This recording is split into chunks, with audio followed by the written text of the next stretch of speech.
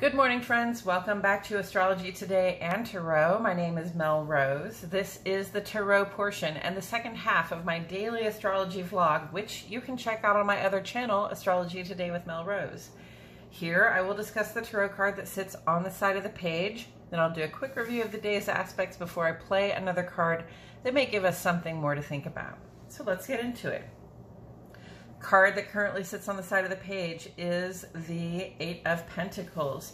And astrologically speaking, it's here because it relates to the first 10 days or the first decan of the sun's transit in the land of Virgo. So Virgo is an earth sign. Pentacles or coins in tarot are also earth.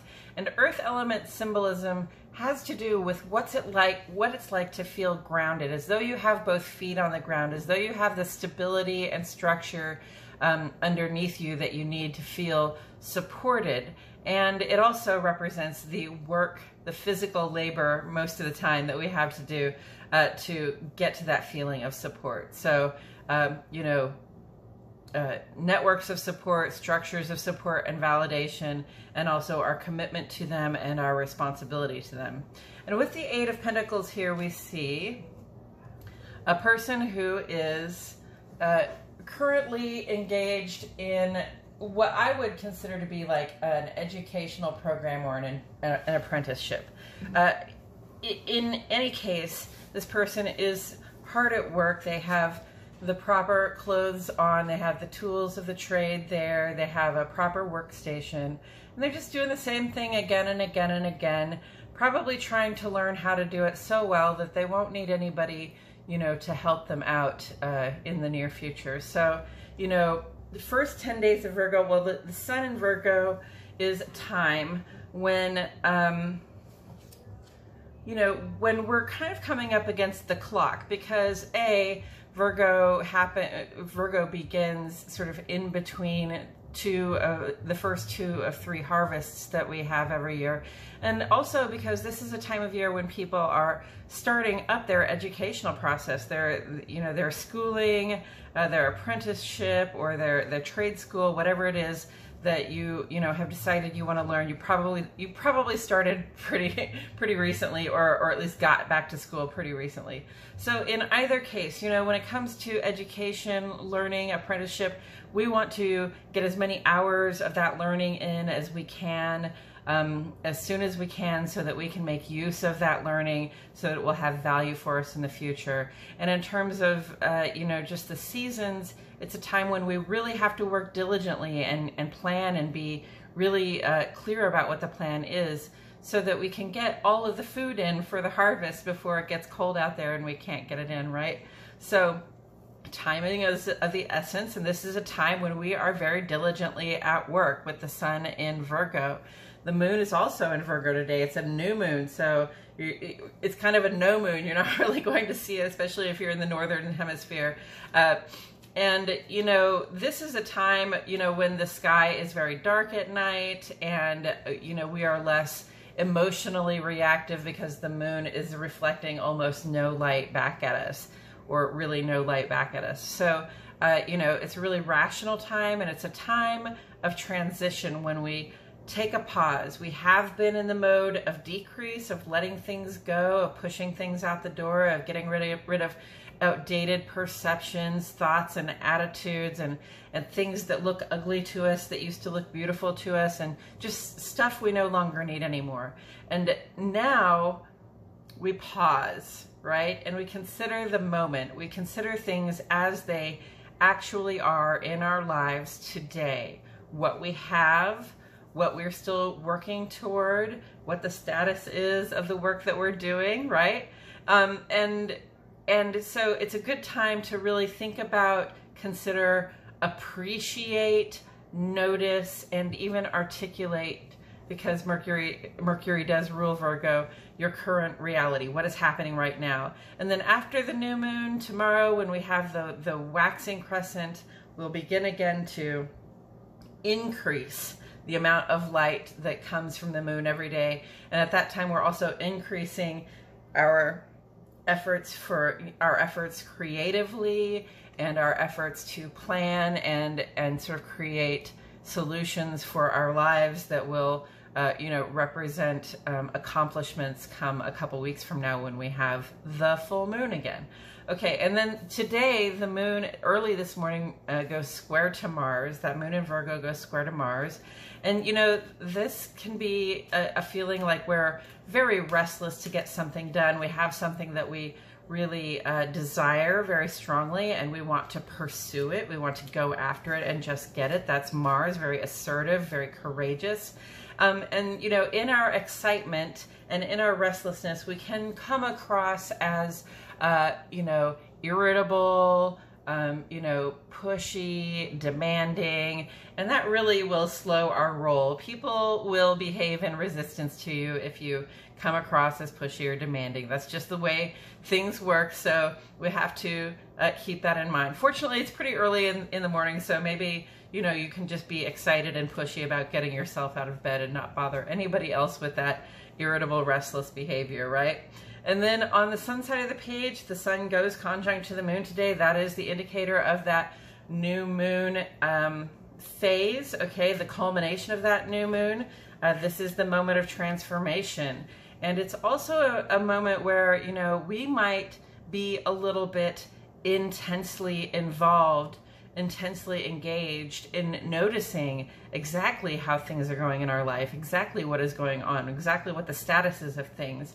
And being in Virgo, we're going to be really paying attention to the details and processing those details in such a way that hopefully we will be able to make plans that really create positive solutions for our lives. In the ongoing column, we have Venus square to Uranus and trine to Chiron. And this is a strange position for Venus to be in because, on the one hand, trine to Chiron says, we're really growing close. We have an opportunity to grow closer to somebody that we like or we love, someone we hold in mutual regard, who holds us in regard as well. So, we can grow closer, we can grow a stronger bond with that person by spending time with them at this time.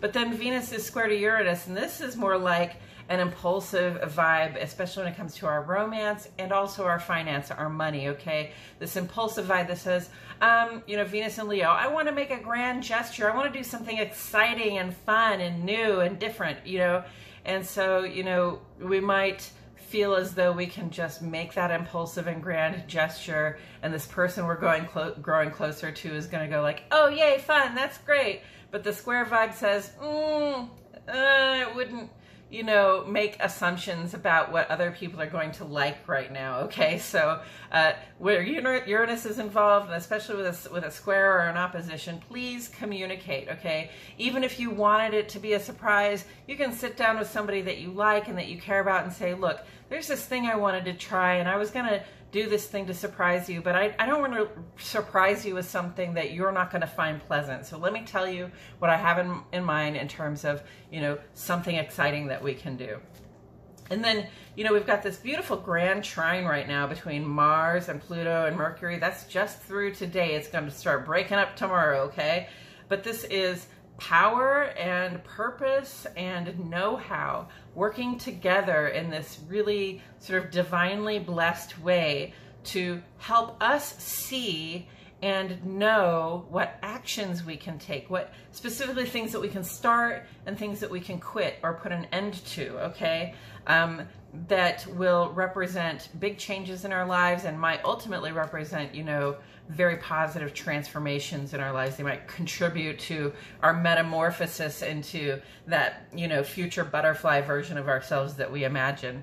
And then Mercury is in opposition to Neptune at this time. So, it's just kind of easy to think we know that everything is that all the facts are represented there, or we think we know how something feels, and so certainly these people wouldn't keep information from us because everybody's intentions are so good, and this opportunity that I have all of a sudden it seems really good. Well, if it seems really good, it might be too good to be true. So get more information. Make sure not only that the information they give you is factual, but that it's complete. You have the complete set of information that you need to make a good choice at this time, okay?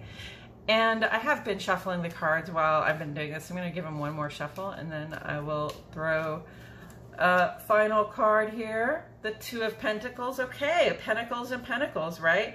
8 plus 2 equals 10. So first of all, I'm going to say we have a capacity here to really notice a feeling of being comfortable and well-resourced at this time, you know, that we have done the work and that we are sort of enjoying the fruits of that labor and feeling the success and feeling that support materially in our lives, in terms of our homes and our families and the money that we have, the material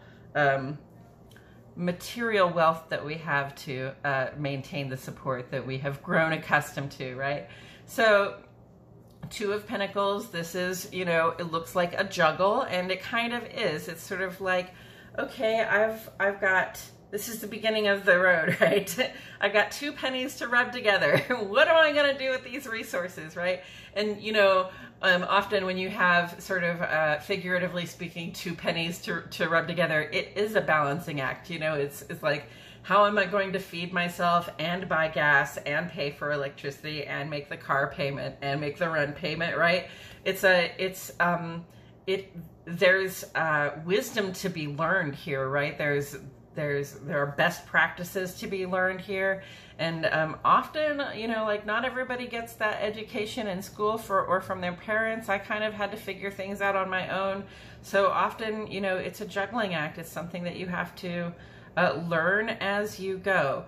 And, you know, there's this, it looks like a golden cord or something. It really makes an infinity symbol. And it's just a reminder that this is something we will always have to do in our lives as adults, is we're going to have to make choices about how we use our resources, when and where. Okay, we have to know what resources are coming in and know what resources we need to be putting out every month. You know, we have to be able to manage that balance, or, you know, we won't have 2 pennies to rub together. We won't have any pennies to rub together, and then we'll really be, you know, in a pickle, huh? Okay, and so, you know, let's see here. Let's see what Saturn's doing, first of all, because Pentacles are Saturn all the way. Saturn is in retrograde, and it's in opposition to Venus too, which we're going to talk about that coming up tomorrow. So, you know, this is very much about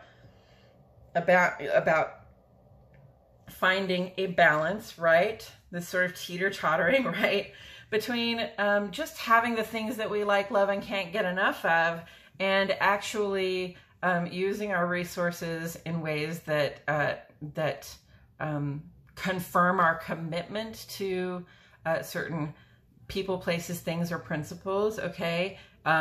Especially with Saturn retrograde, confirming our commitment, you know, our personal commitment, and Saturn retrograde in Aquarius, our personal commitment to seeing our communities thrive, seeing our social groups thrive, seeing things go well for us at work, because that kind of stability, which we have to contribute to in order for it to work for us, is ever so important in our lives. So it's sort of like, do I just buy the thing I like, love, and can't get enough of right now? Or, you know, do I put that money toward the electricity bill, right? Do I eat 7 cheeseburgers today, or do I spend that money on rent? Not that, you know, any 7 cheeseburgers should cost as much as rent, but, you know, I haven't been everywhere. So there's that balance to be striking between just having what we like that feels good and actually maintaining our responsibilities and commitments. And then taken together with the 8 of Pentacles, you know, this is just like, yes, you want to strike that balance and you want to get better at it all the time. And part of getting better at it all the time is continuing to engage in work that will bring about something that has value for you, that you can share with the world, has value for the world, and therefore has more value for you. Okay, so part of being able to balance our finances is to be constantly working to bring in enough of what we need, so that eventually, hopefully, we don't have to strike so much of a balance between having what we like and love and having, you know, just the things we've committed to having, because that's what it's responsible to do. Okay. And then when we get to that place where, you know, we can take care of our responsibilities and also have the nice things we'd like to have, that's the 10 of Pentacles, right? That's that well-supported feeling like I don't have to worry about, you know, my Pentacles anymore. And that doesn't mean that I stop working. It just means that I know how to do the steady work that makes that balance easy to strike. And I believe that's all I have to say about it today, friends. Thank you so much for joining me. I truly appreciate your presence here. My name is Melrose, and I'll see you all back here tomorrow for more Astrology Today and Tarot.